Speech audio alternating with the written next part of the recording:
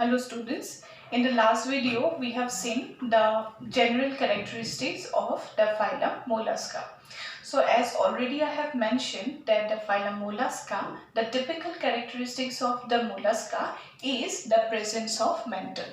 So this organism has this specific characteristics, that is mantle. So I have drawn this organism. I will show properly now what is that mantle.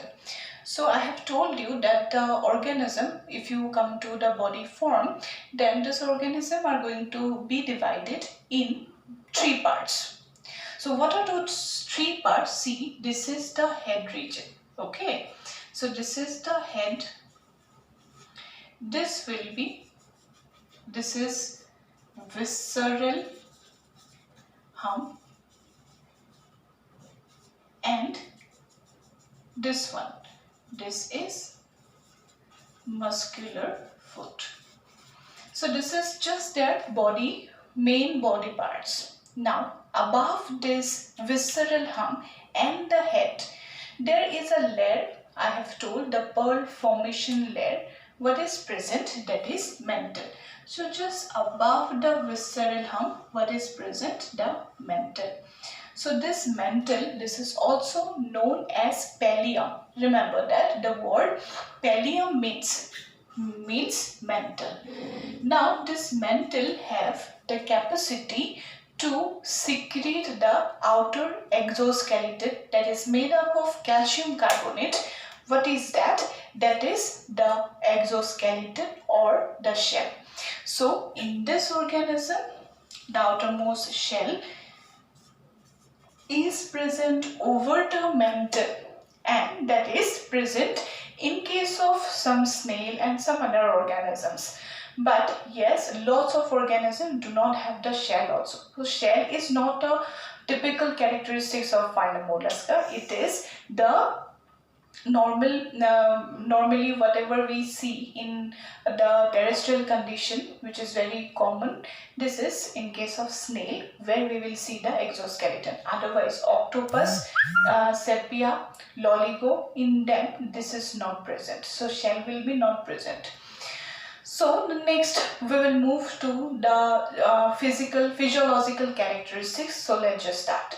First of all, about their digestion. Okay, so let us see what is the type of digestion they are going to have. I have already told you that what type of food habit is going to be present. That will be that can be either dead leaf, that is plant, or dead animal tissue. So it can be omnivorous, who take the dead leaf or dead plant or dead animal tissue.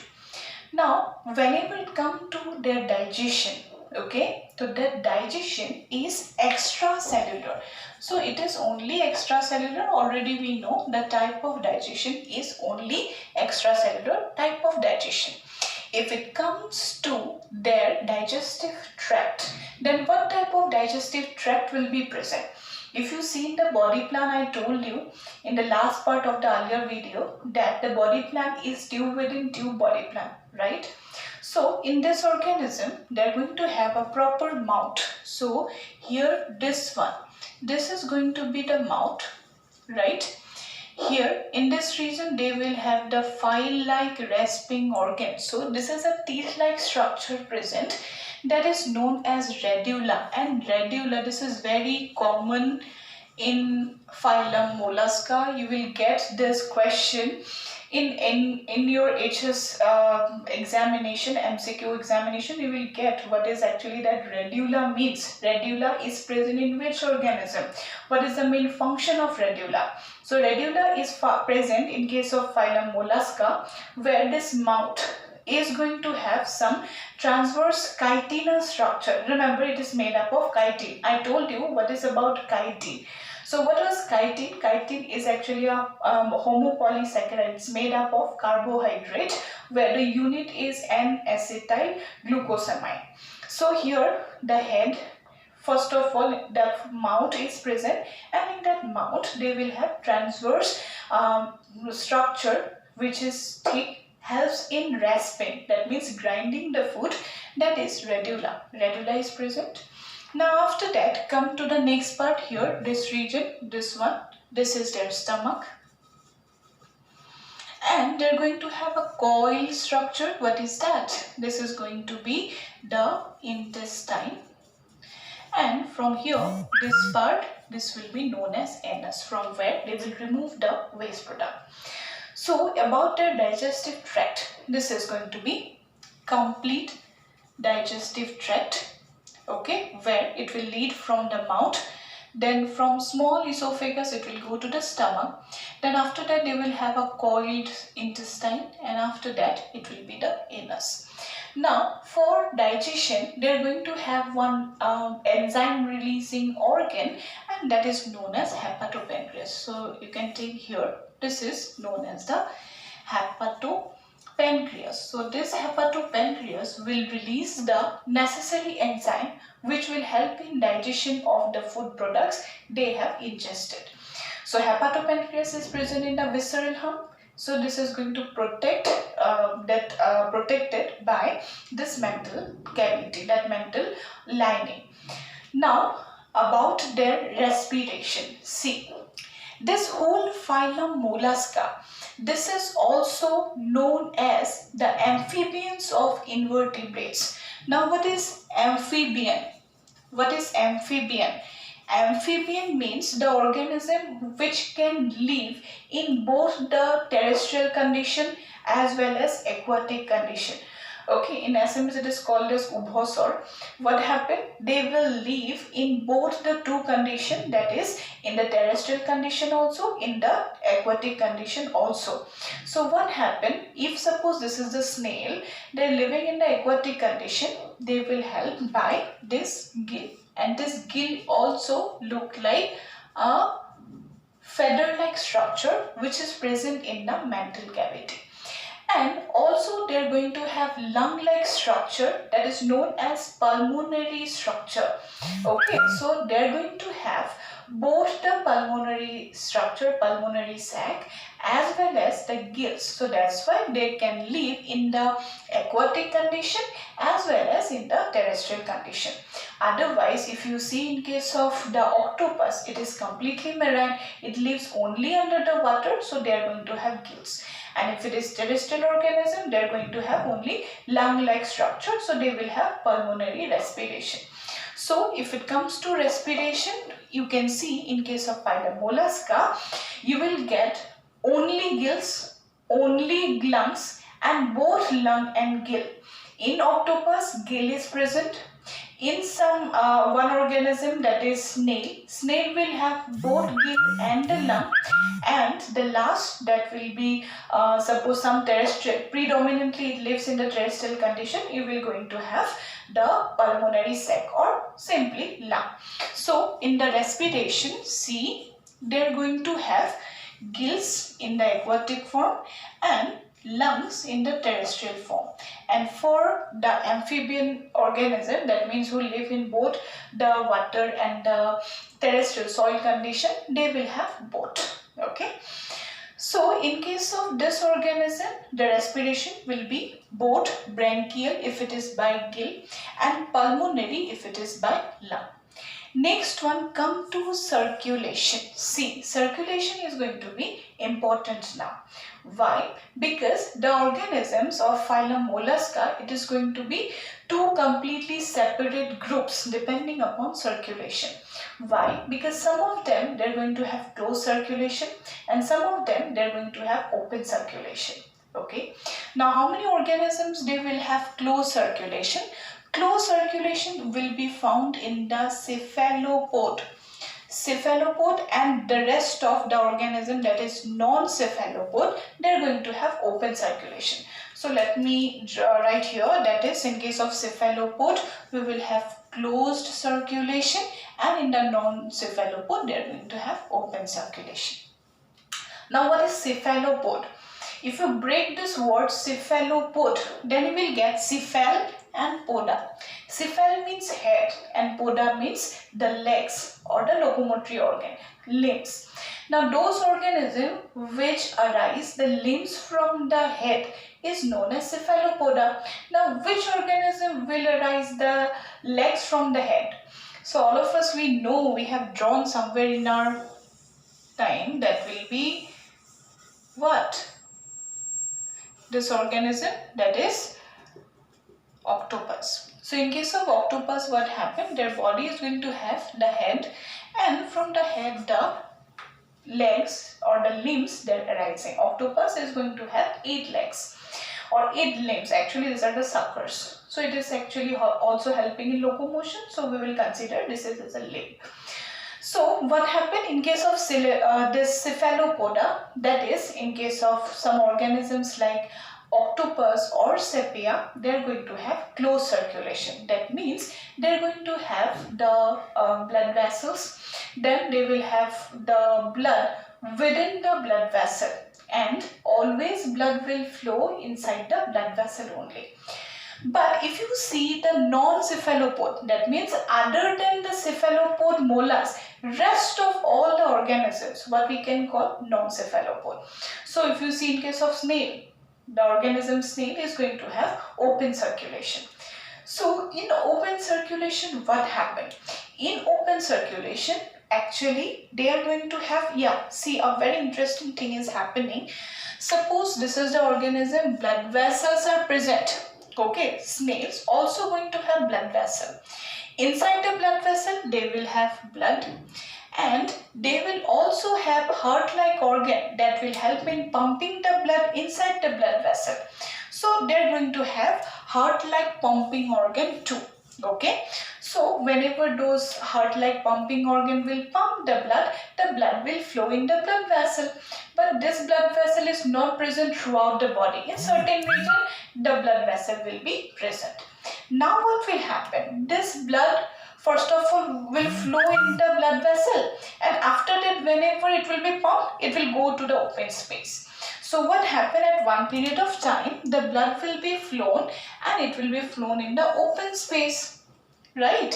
And where we will able to find the open space which is filled with blood, that is known as sinus. Okay, so blood will be pumped to the sinus. It doesn't mean that this organism do not have blood vessel. Yes, blood vessel is present, but it is not continuous.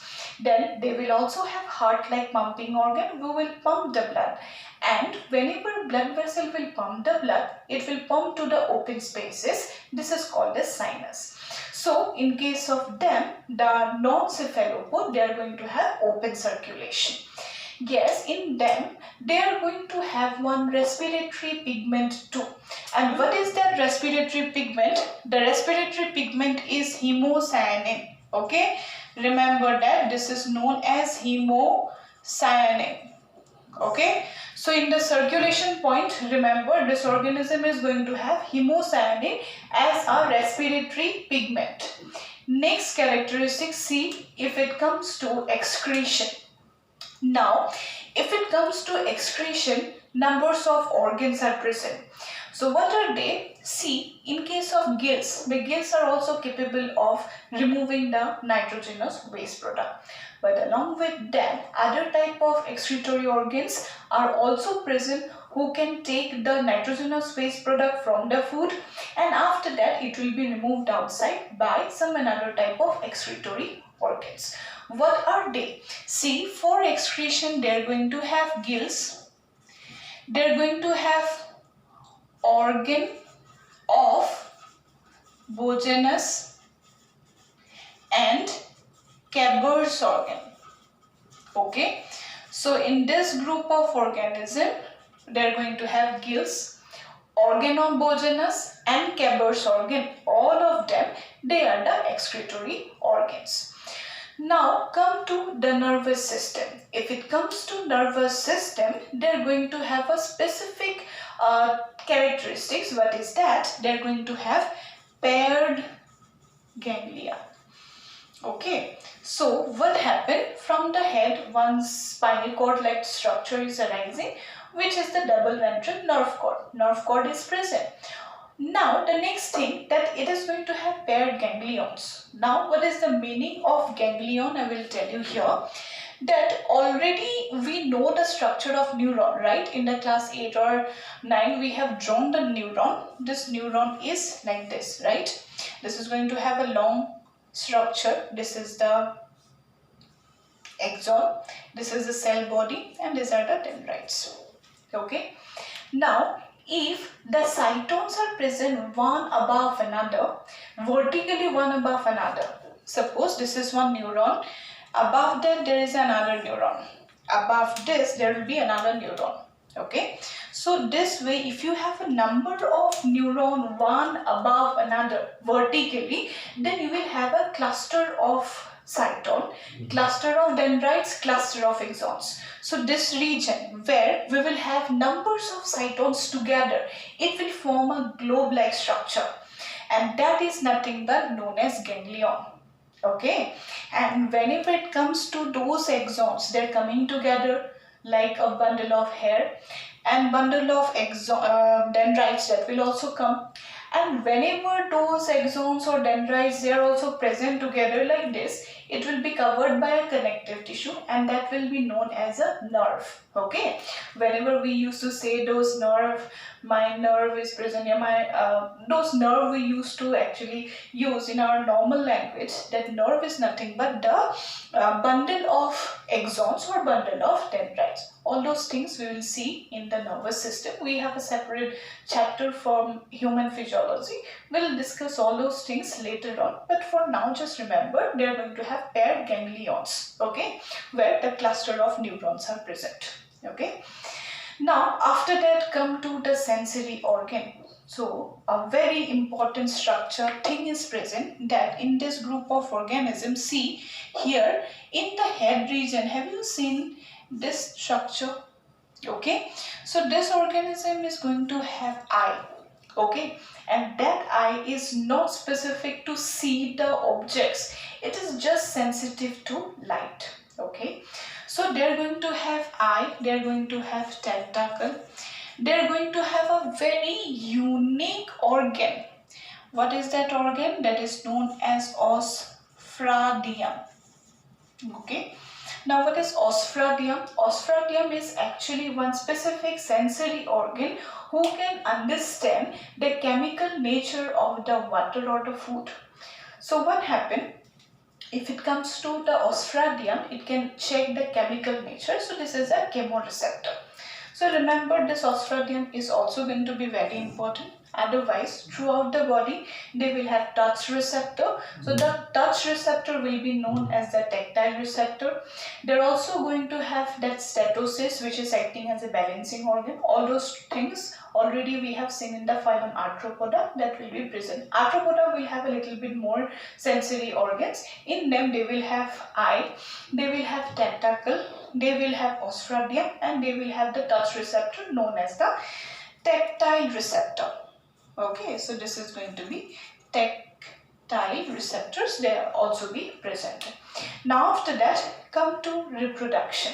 If it comes to reproduction, this organism will be sexually reproducing animal. So this organism will undergo the formation of gametes, and gametes will fuse. So whenever the gametes, male and female gamete will fuse, they will produce the offspring.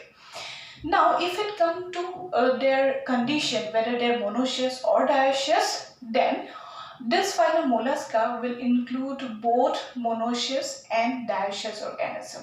So let's just see, if it comes to the organism, they will be dioecious, they will be also monoecious, and their examples are going to be important.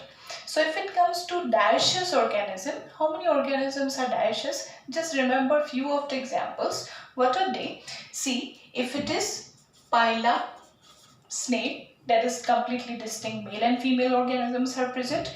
Then Sepia. Okay, so this is going to be dioecious. Next one, monoecious organism. Monoecious organism examples are Aplysia and Doris. Okay, so just remember the example. If it comes to dioecious organism, we will get Pila and Sepia, where distinct male and female organisms will be seen. And if it comes to monoecious organism, they are going to be Aplysia and Doris. Okay. next one, come to their fertilization. Normally usually they are going to have internal fertilization. Yes, external fertilization can also be present. Now, next one about their development. If it comes to their development, it is also both direct and indirect development. That means maybe this organism do not have larval stage, or maybe this organism can also have larval stages. So if this organism have indirect development, see, direct as well as indirect development is there. Fertilization, both external and internal fertilization is also found. So I'm talking about indirect development. So if this organism have indirect development, then see how many larvae will be present. So see, first of all, trochophore larva. Okay, so important thing, let me tell you that trochophore is actually a common larva in the phylum Annelida as well as in the phylum Mollusca. So if you check my video on Annelida, then you will get I have drawn there that trochophore was a larval stage. Here also, if you see in phylum Mollusca, this is also going to have a larva, name is trochophore. So that's why in question it may be asked this way, that the organism phylum Mollusca and in Annelida share one larva. What is the name of the larva? It is trochophore. Now the next one, I will give you some larvae name, and along with that I will show which organism will have that larva. So if you see Glossidium, okay, so this Glossidium larva is present in one species, that is Unio, and another, that is Veliger. It is present in Phyla. Okay, so all these things you have to remember, no other options you have, just remember by your own way that dioecious and monoecious organism name, and along with that the larvae of phylum Mollusca. Glossidium and Veliger larva is found in Unio and Phyla, and dioecious organism example Phyla and Sepia, and monoecious organism example Aplysia and Doris. Okay, so that is all about the phylum Mollusca. Earlier we have seen, in the earlier video we have seen the general characteristics. In this video we have seen the physiological characteristics. So that are all about the phylum Mollusca. General name and scientific name I have given in the PDF. All these things you have to see, read. So that is all about the phylum Mollusca. Hope all of you have understood. That's all about the phylum Mollusca. Thank you.